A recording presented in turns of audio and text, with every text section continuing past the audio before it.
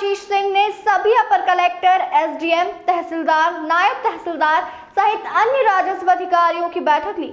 बैठक में उन्होंने कहा कि सभी राजस्व अधिकारी पूरी लगन, मेहनत, ईमानदारी, कर्मठता के साथ सुचितापूर्वक पारदर्शी रूप से कार्य करें।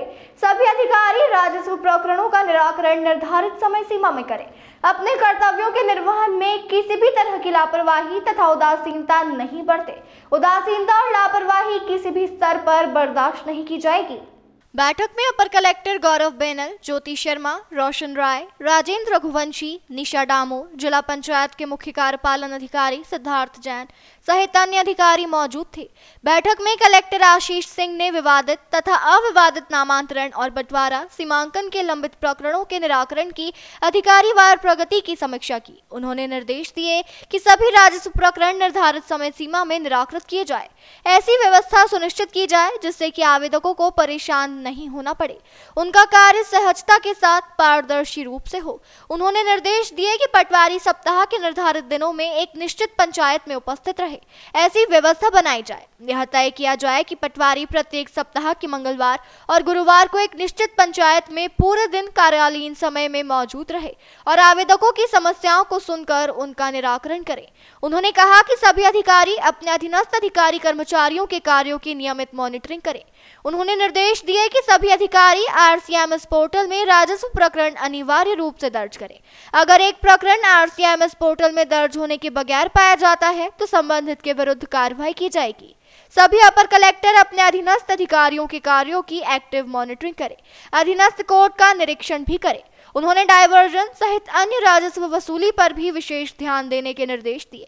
कहा कि वित्तीय वर्ष के मात्र 2 माह शेष है, लक्ष्य पूर्णता के लिए तेजी से कार्य करें। और देखिए, आरओ बैठक का आयोजन किया गया था और खास तौर पर अभी विगत दिनों में चूंकि बहुत बड़ी संख्या में एसडीएम और तहसीलदारों के प्रभार भी परिवर्तित हुए हैं, इसीलिए सभी की प्रोग्रेस जो उनके नए प्रभार हैं उसके आलोक में सभी की मॉनिटरिंग करी गई है।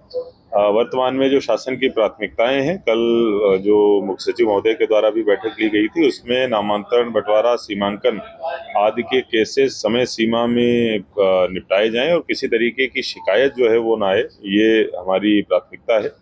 सुशासन के साथ में सारी चीजें हो, इस संबंध में निर्देश प्रदान किए गए हैं। कोई भी हमारा राजस्व प्रकरण 6 महीने से अधिक का पेंडिंग ना हो और समय सीमा जिनके लिए निर्धारित है, अविवादित नामांतरण, अविवादित बंटवारा, सीमांकन, तो समय सीमा में सभी प्रकरणों का निराकरण हो, एक भी प्रकरण समय सीमा से बाहर ना जाए, ये भी सभी को निर्देश प्रदान किए गए हैं। 2 जो शासन की प्राथमिकताएं हैं कि सभी खसरों की जो आधार से लिंकिंग करी जा रही है और इसके अलावा पीएम किसान के सभी किसानों की जो फार्मर रजिस्ट्री क्रिएट की जा रही है उन दोनों विषयों को भी हमको 15 दिन में कंप्लीट करना है।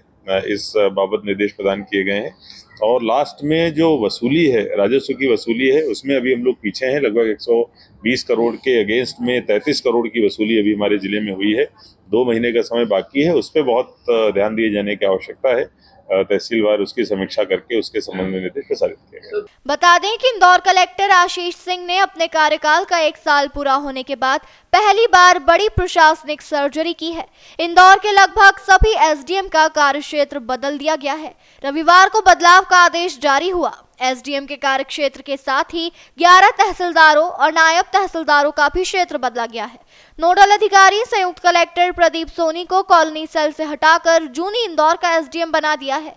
कॉलोनी सेल का जिम्मा अब रोशनी वर्धमान को दिया गया है। एसडीएम के नया क्षेत्र नीरज खरे को खुड़ेल का, निधि वर्मा को मल्हारगंज का, ओम नारायण बड़कुल को कनाड़िया का, अजय शुक्ला को बिचौली हप्सी का, प्रदीप सोनी को जूनी इंदौर का, राकेश परमार को महू का एसडीएम बनाया है।